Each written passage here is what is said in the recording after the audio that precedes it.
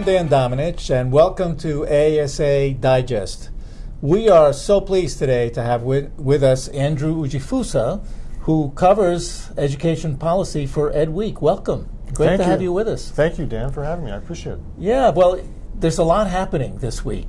Yes. We had the hearing for Secretary of Education Betsy DeVos. Yes. Was on. What's your take? Well, so it was a very interesting hearing. It got sort of testy at times between the nominee, Betsy DeVos, and some senators, particularly Democratic ones. I think some senators expressed concern with her answers about special education, IDEA, which your members know very well, and also her discussion or her comments about proficiency versus growth, measuring those things on tests. I think senators felt in some cases that her knowledge wasn't quite up to snuff.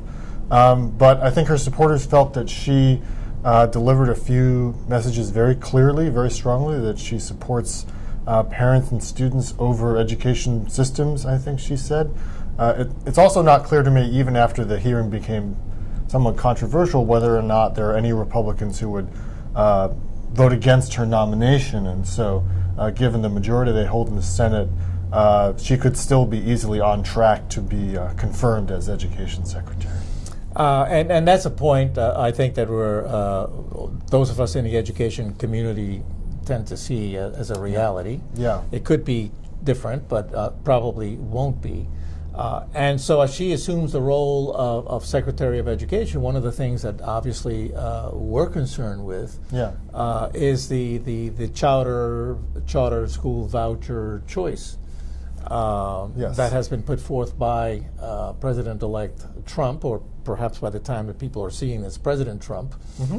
And so what do you see that, and what do you hear from the education community regarding that? Well, you're right.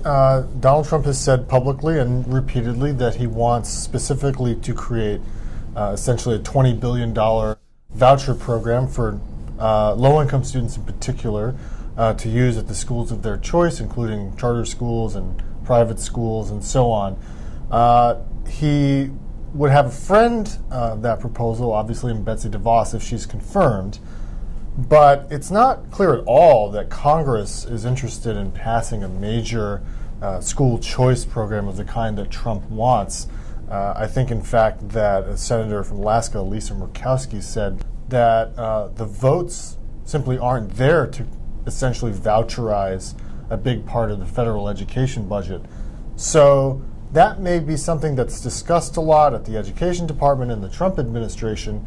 But until they get Congress on board, and particularly folks like Senator Lamar Alexander, the Senate Education Committee chairman, until they get folks like him on board, and he also said that the votes haven't been there for that, then it's hard to see a proposal like that just sort of sailing through. It'll be interesting to watch exactly how the debate and how any votes on that unfold. And that would be very good for us who oppose that kind of a notion. And you know, we at AASA have established an excellent working relationship with the House and the Senate, which actually was part of the passage for ESSA.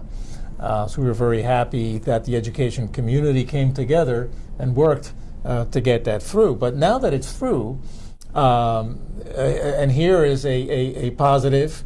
There have been concerns on the part of education community with some of the rules and regulations that came out from the department regarding ESSA implementation, concerns that were voiced by Lamar Alexander on the Senate side and Mr. Klein when he was chairing the House committee. And many others too, yes. Yeah, and it appears from what we hear, and I'd like your take on that one of the things the administration may do is pretty much put a stop to those regulations that, for example, for supplant versus supplement and a lot of the other areas.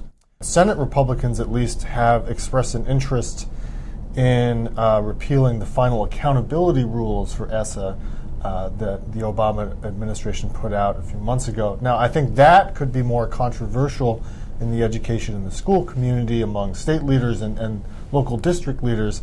I think there's a desire there that now that the final rules are out, even if they're coming from the Obama administration and the Republican Congress may not like them very much, there's a desire for stability and to get going and to work with these rules. So it'll be interesting to see what the GOP Congress does with ESSA accountability rules. Yeah, it will be, because the reality is that a lot of people have been working based on the fact that this was going to be the reality. Yes. And so if these things are done away with, that means you've got to go back, and there isn't that much time left. No. The Every Student Succeeds Act is supposed to kick in, as you well know, for the 2017-18 school year, which is fast approaching. The one interesting thing that Betsy DeVos said during her hearing was that she, I believe, intends to keep the timeline that the Obama administration put in place to have states submit their ESSA plans either by this coming April or by this September for department approvals. So I think if that plan remains, that will be helpful to administrators and others who are looking for stability, at least on the scale of, well, we know when we have to turn in our plans. Right. That's obviously helpful. And we'll see how the department reacts to those plans. Exactly. Now, there's a change in leadership because Congressman Klein has left and Virginia Foxx is assuming the role. And we had at AASA the opportunity to meet with her. And we're very pleased with our meeting and the fact that there are many things that we have in common. So I think we're pleased that we're going to be able to continue the relationship we had with Mr. Klein before. But what are you hearing about Virginia Foxx? Well, so I've spoken with her several times, sort of in the context of her moving into the leadership of that very important committee.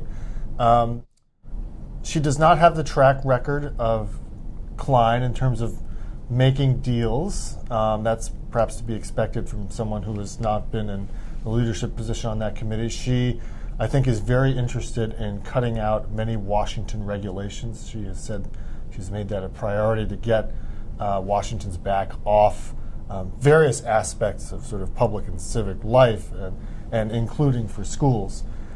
She has spent a lot of time focusing on higher education. She chaired the subcommittee that dealt with that issue.